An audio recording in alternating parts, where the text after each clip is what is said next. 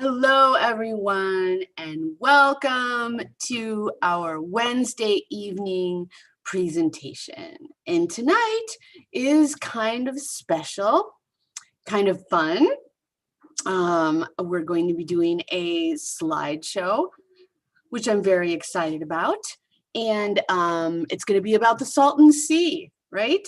And so we've got the fire going, and tonight there's some wine involved, so all bets are off. That's all I'm saying. But all right, let me make sure I got all my stuff going on. Trying to manage my YouTube. So if you have questions as we go ahead and pop them in the chat, and I'm happy to try to get to them. This is not my strength. I am not an expert on the Salton Sea, but I did recently take a trip there and learn a whole bunch of stuff and wanted to share because that's how I roll. So if you have questions, put them right there in the chat. And sorry if I'm adjusting my wax. I just finished my dinner tonight and just in time for our little fireside chat. So, you know, if wax comes flying out at you, that might happen. I don't know what else to say.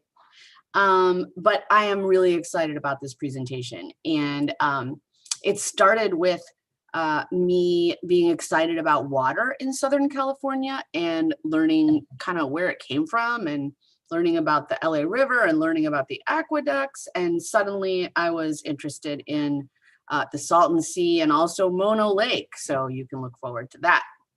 But for tonight, I have some interesting facts that I want to share. And before we get started, while we're waiting for a few people to join us, I just want to let you know that next week we are not going to be meeting because it is the Thanksgiving break. And the week after that, I am really excited to be talking to Third Rock Hip Hop. They are awesome. They are teaching kids about sustainability, and they're doing a lot of cool stuff. And so we're going to be doing a kids program on Tuesday where they're going to be performing. And then we're going to be doing a more general program about who they are and what they do on our Wednesday after Thanksgiving. So I'm really excited about that. So without further ado, let's get started with our slideshow tonight because I want to share my screen. All right, here we go. And where's the present button? I don't see it. Maybe I already hit it. That's fine. So hopefully you are seeing the right thing. I don't know. Look, wait, there, my window is better now. And so, no, that is not present, is it? I still don't see the present button.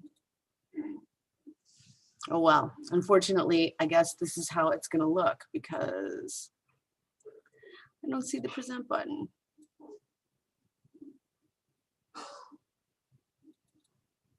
So anyway, just kind of making it fun while we hang out and learn about the Salton Sea. Let me see. No, I want that bigger, don't I? Yes, I do. But then I can't see what's going on. So anyway, put your questions in the chat and I will get to them when we are all done with this. So I decided to take my family to the Salton Sea because it's the pandemic, right? And we wanted to go to a place that was probably not going to have a lot of people. And the Salton Sea has all kinds of crazy stuff attached to it, right? Like stories of the past, promises for the future. Sonny Bono was involved. This is why I need wine for this, you all. This is why Sonny Bono is involved, right?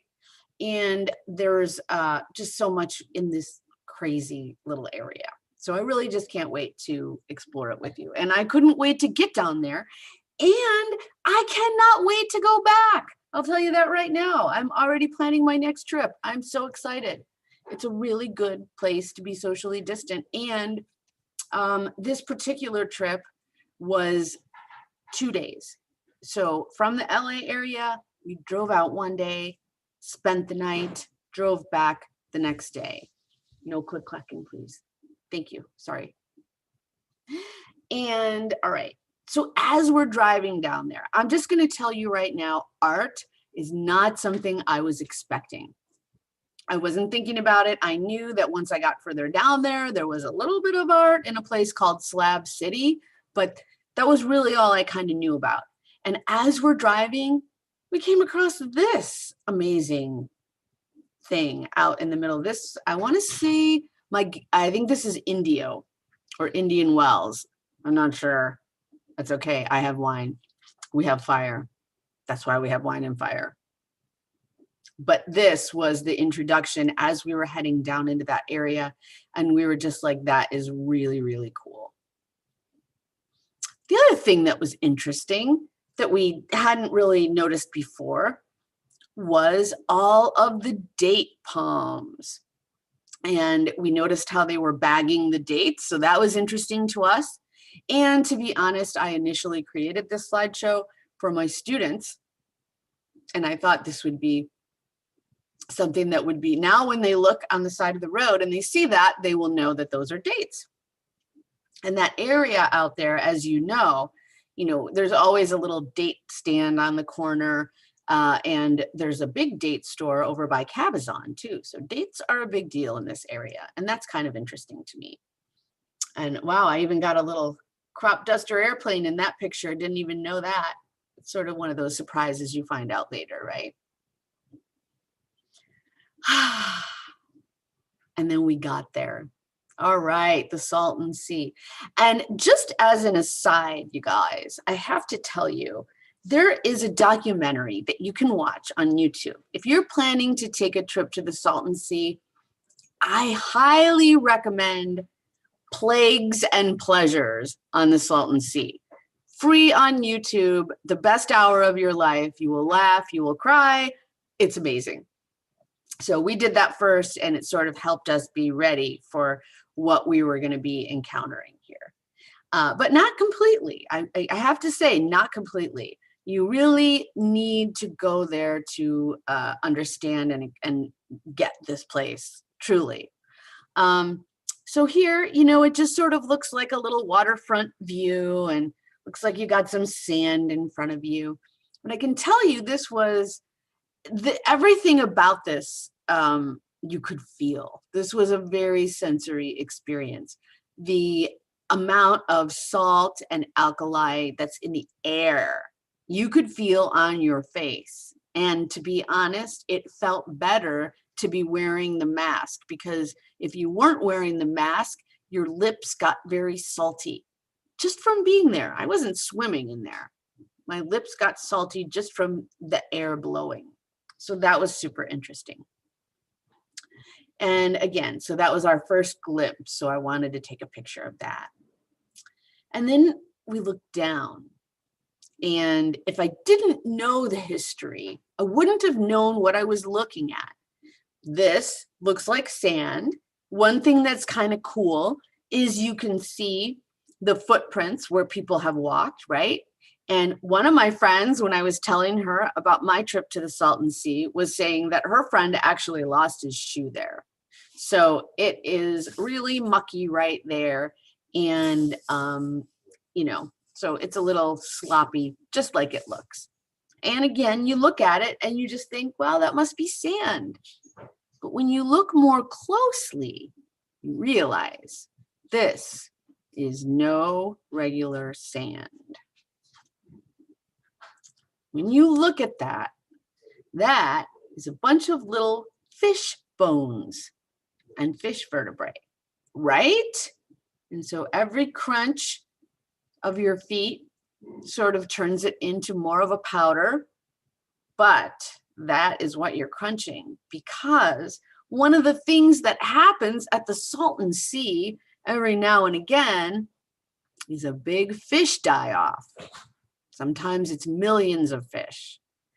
We didn't get to see that. We weren't there during that time of year, but it's a real thing, and the relics of the times that it has happened are still very much there.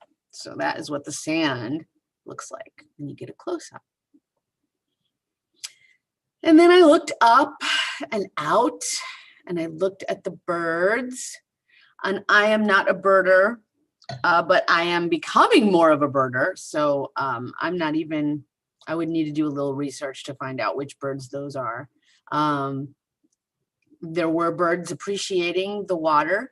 I don't think they drink that water, but they do eat the fish that are in there, and they like to hang out there. And there's also flies, and I believe even a special kind of a shrimp. So, and then there's also maggots, right? So where there are flies, there are maggots, and when things die, the maggots will come on them. And that's an important thing to keep in mind for what's coming up next, because this is a story of good news and bad news. And it is definitely a story of ecology. And we are going to start with the bad news, but we're going to work our way into the better news. So that's the bad news, right? This is not my picture. This one was found online, but I thought it was amazing, and I wanted to add it to my slideshow. So most of this slideshow is my own pictures from a trip that was relatively recent, but I threw in some historical photos or things that I found online that I thought were just amazing, and this was one. I think it's so arty, right? And it's not really telling the full story, but in a way it also is. They do have regular massive fish die-offs here.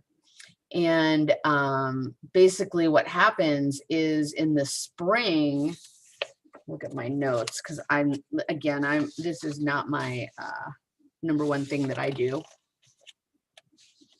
In the spring, there is an issue where there's not enough oxygen in the water, and the fish die. And when the fish die,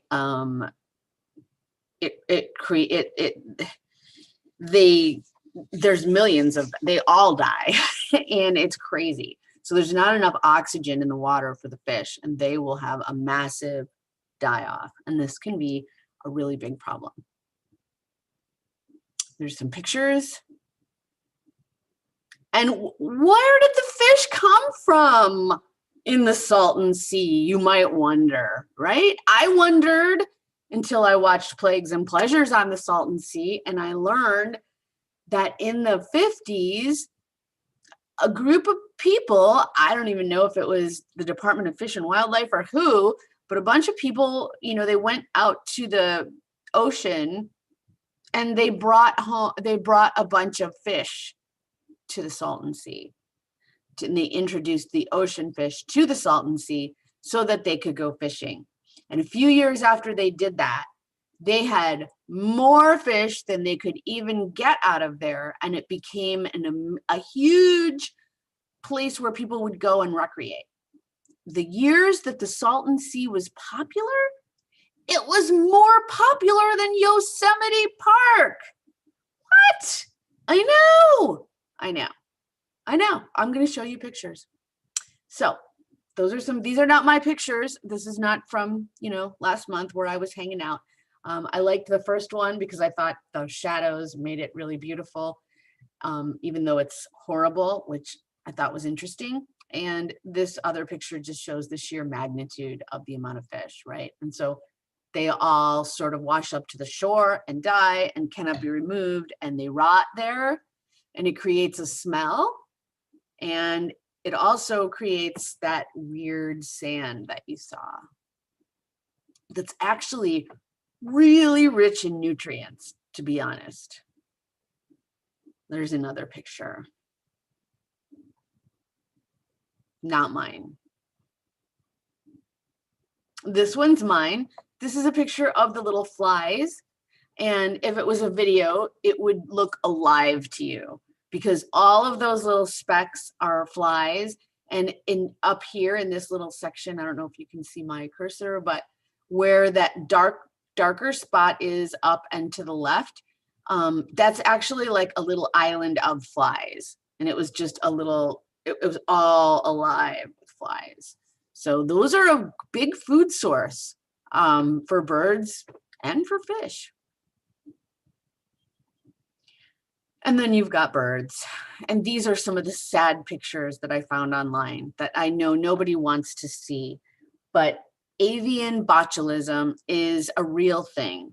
And it can happen. It doesn't happen as regularly as the fish die-offs, but it can happen. And basically, once one fish gets it, once one bird gets it and dies, and maggots, are there on the carcass, right? Now those maggots are little concentrated sacs of this botulism. And of course, birds love to eat maggots. And so other birds will come and eat those maggots, and then they will be infected with the avian botulism as well. And it will kill them. And as you know, maggots can replicate very quickly. And so this disease can take off relatively quickly as well. So that's the bad news. Okay, and where am I in my slides and why are we not moving forward?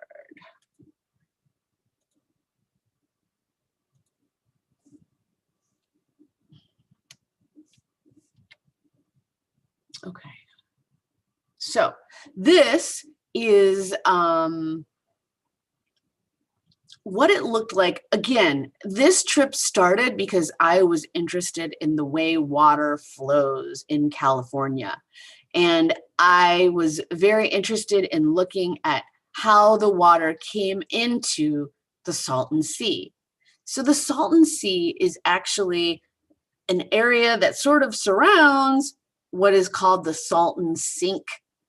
And the only place that's lower than the Salton Sink in our area is in Death Valley, where it's the lowest spot, right? In, I don't even know what, like Western Hemisphere or something crazy like that. But basically, it's like a few hundred feet below sea level.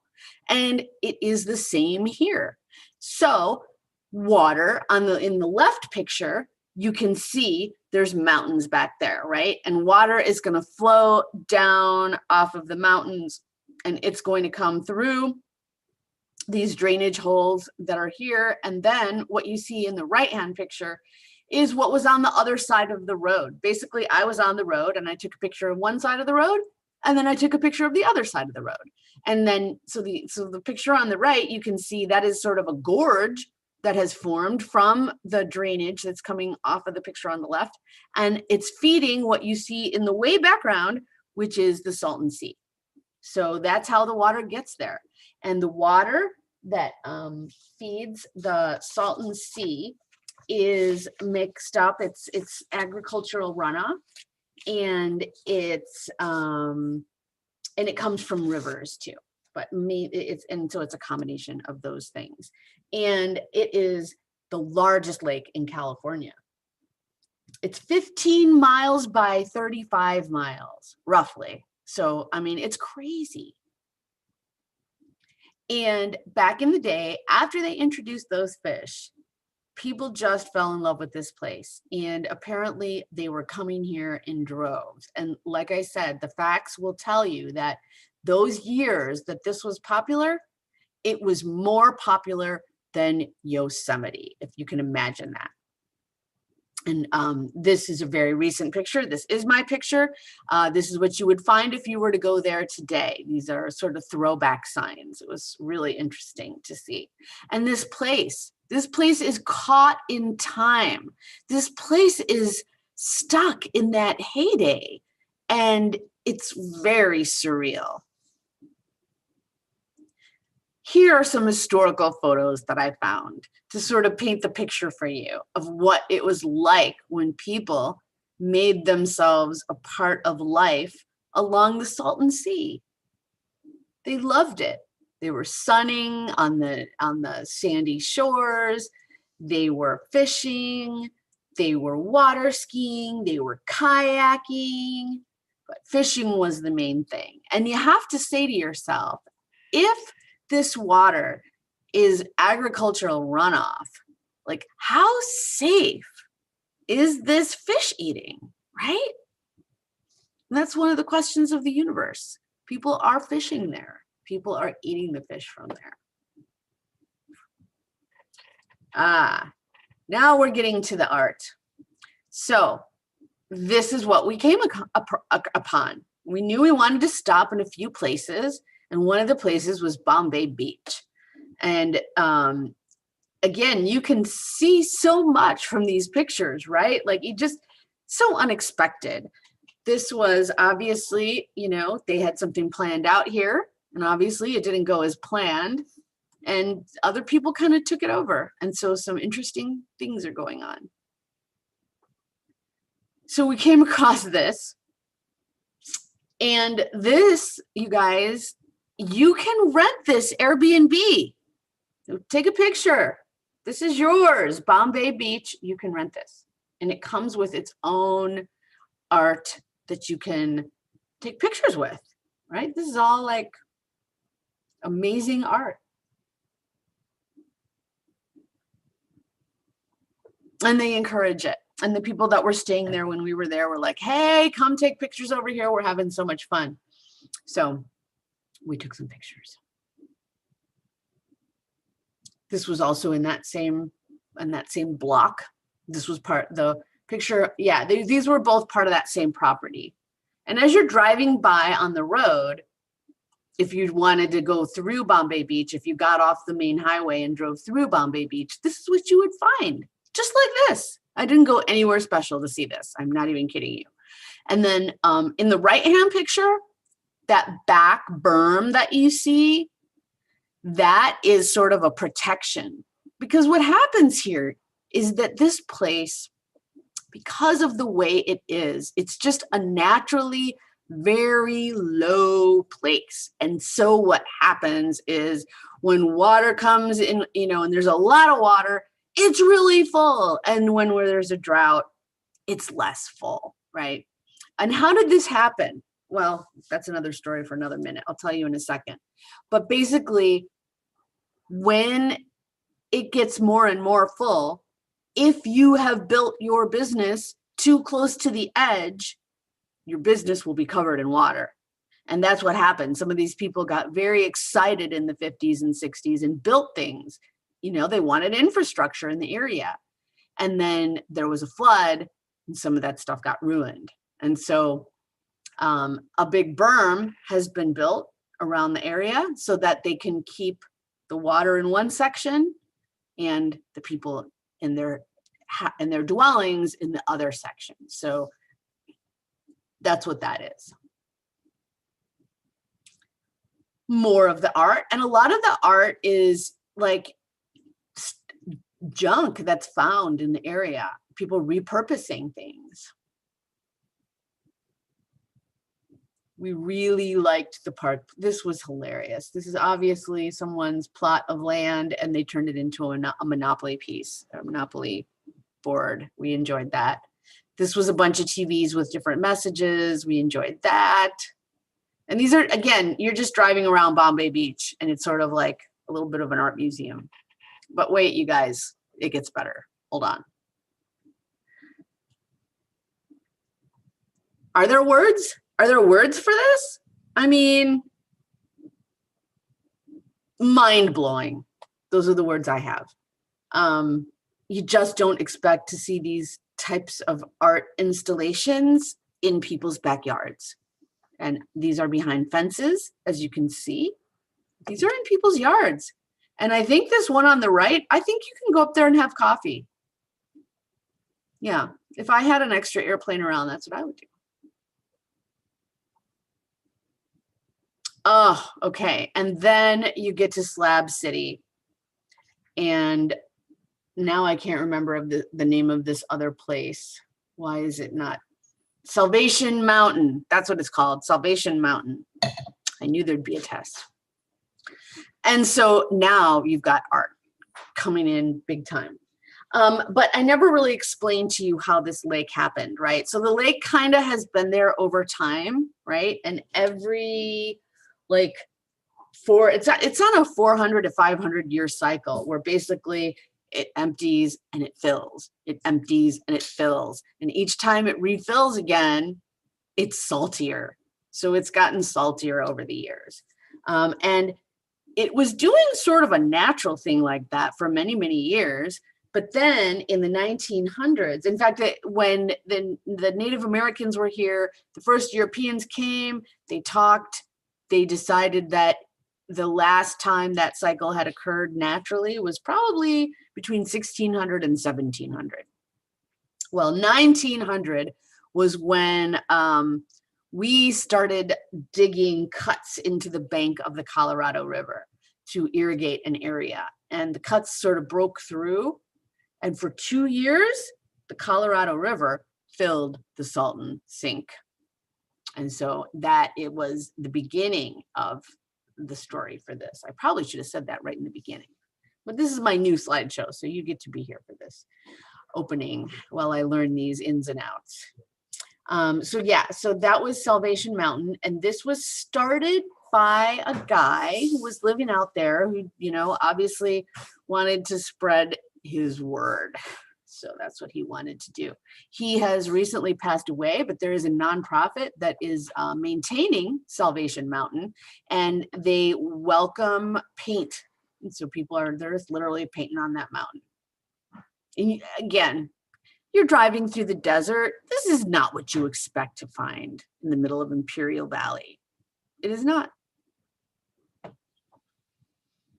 And then there was, this is Slab City. My mind was blown. This is completely off the grid. I don't think, is there power there? I don't think there's power there.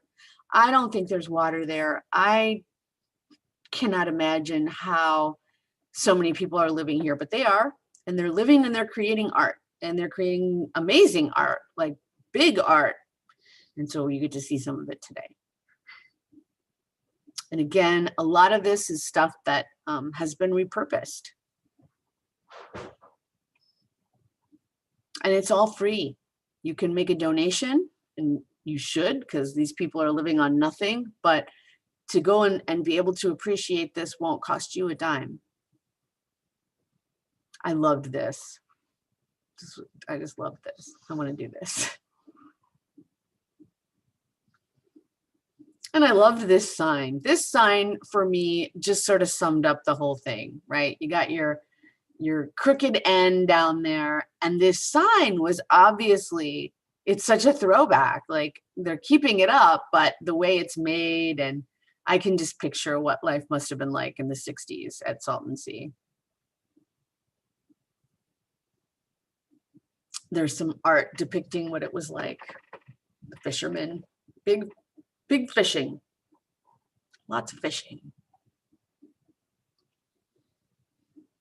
And that was our picture as the sun was starting to go down.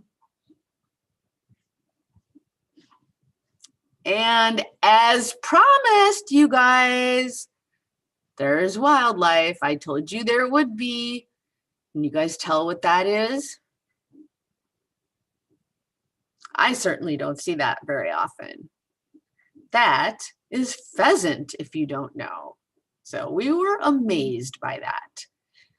South of the Salton Sea, there's lots of farmland, and we just drove around. There's a group of egrets.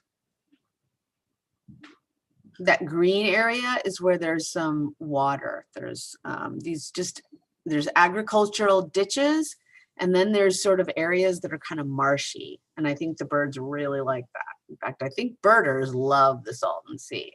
There's a lot for birds at the Salton Sea. There's not a lot of people. There's a lot of food, and there's not other places for water in the general vicinity. So they tend to congregate there. There's one of those little marshy areas. And that's fresh water. That's not the Salton Sea anymore. So beautiful, so unexpected. It's very desert-like in this area. And here is an agricultural runoff ditch. This is what it looks like around the farming areas. And the birds like it a lot. My pictures are not the best. I'm sorry. I am not a wildlife photographer. I am just a wildlife enthusiast. Oh, you guys. Okay. So this was boiling mud pots. Yeah. Geologic features, so cool. This right here in the background is a geothermal plant. There are only 2 of these in California, and I'm not sure what it's like in other places. But of course, as mentioned earlier, the other one is by Mono Lake. What is it about these salty seas and this geothermal activity going on under there? And so what you're looking at is literally like little mud volcanoes. That is literally what these things are. And when we walked up to them, this is what we saw. And you could hear the water bubbling underneath from those holes on the left. And on the right, that strip of lighter colored mud through the middle, that was like lava coming out of a volcano that was up top. It was mind-blowing. This is, I believe this is called Salton City. And this is sort of a ghost town, but in a different way than what you're used to. This ghost town was never actually built.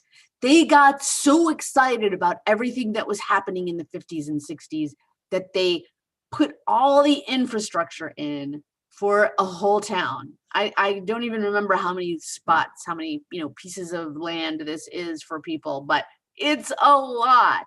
And it never came to fruition. It is all out there. You could go out there. You guys, times are tough. You need a quarantine place to go to get away from it all. Buy yourself a plot of land in Salton City, and I guarantee you will have power, you will have sewer, and you will be away from the rest of the universe, mostly. So this could all be yours, you guys. Just a few short hours from Los Angeles. And then I had to do, as we were in the area where the Colorado River Aqueduct passes, which is sort of way north. Again, I did this for school. We were looking for the aqueduct and we found ourselves on a dirt road. And I believe that's the aqueduct behind that big berm in front of us, but we never did find it. Yeah, more aqueduct pictures. And of course, I had to save my favorite part for the end. We couldn't believe it when we saw this. This is not in order. The aqueduct came way after. This was down in Imperial Valley. We were so lucky to come across burrowing owls. Yes. And that is my own terrible picture of a burrowing owl. But wait, there's more.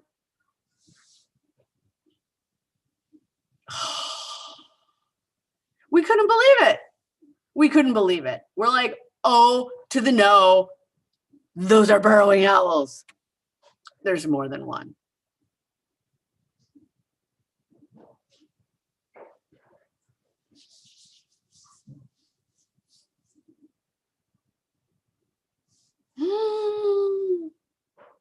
I was dying. That's all I can say. I was literally dying. I cannot believe I was able to see this many burrowing owls in the wild. I can die now. How many can you count in this picture? I know you see 3, but there's a 4th one. And he's all the way over here pretending he's not really there. How cute is that? Loving. My poor family was like, okay, are we done now? I literally could have done this all day. And then as I was looking up stuff that had to do with the Salton Sea, I really liked this poem that I found. It's called Saline Gray, Ode to the Salton Sea by Doug Smith. Salton Sea fade away before my eyes, saline gray. Fish can't live, life won't stay. Beautiful illusion, saline gray. Once paradise, so it seemed, desert getaway. Investors dreamed, before my eyes, sea is drying. Saline gray, life is dying. See the sea, morbid decay, mesmerizing haze. Afternoon stay. Had such hope, desert dreams, paradise getaway, faded schemes, Salton Sea, seagulls glide, gentle breeze, illusions hide something grand in its dying way. Oasis in the desert, saline gray. And so that is my story. And so if you have questions, I would love to take them. And if you do not, that is fine as well. It was awesome to spend some time with you this evening. And as a reminder, let me stop my share. As a reminder, I just want to let you know that next week is Thanksgiving week, and we are going to take it off. But we will be back the following week with some awesome presentations from hip hop, third rock hip hop. These guys are amazing. They're not only super interesting, but they're super talented. And then after that, we've got Cougars and Cocktails with Corinna Domingo and the Cougar Conservancy. And there will be more cocktails then, for sure.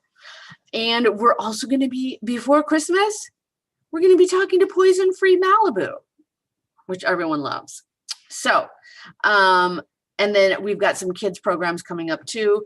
We're going to be doing a live performance by Third Rock Hip Hop, live from Bettina's Butterfly Garden and Wildlife of the California Desert. So those are our kids programs on Tuesday. So anyway, thank you so much for joining us tonight. We love having you here.